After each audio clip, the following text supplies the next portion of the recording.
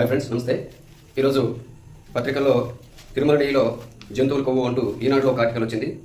పెద్ద ఎత్తున కలిసి పంది కొవ్వు, గుడ్డు కొవ్వు, చేప నూనెలు ఉన్నట్లు అనుమానం అని ఒక ఆర్టికల్ ఈనాడులో వచ్చింది.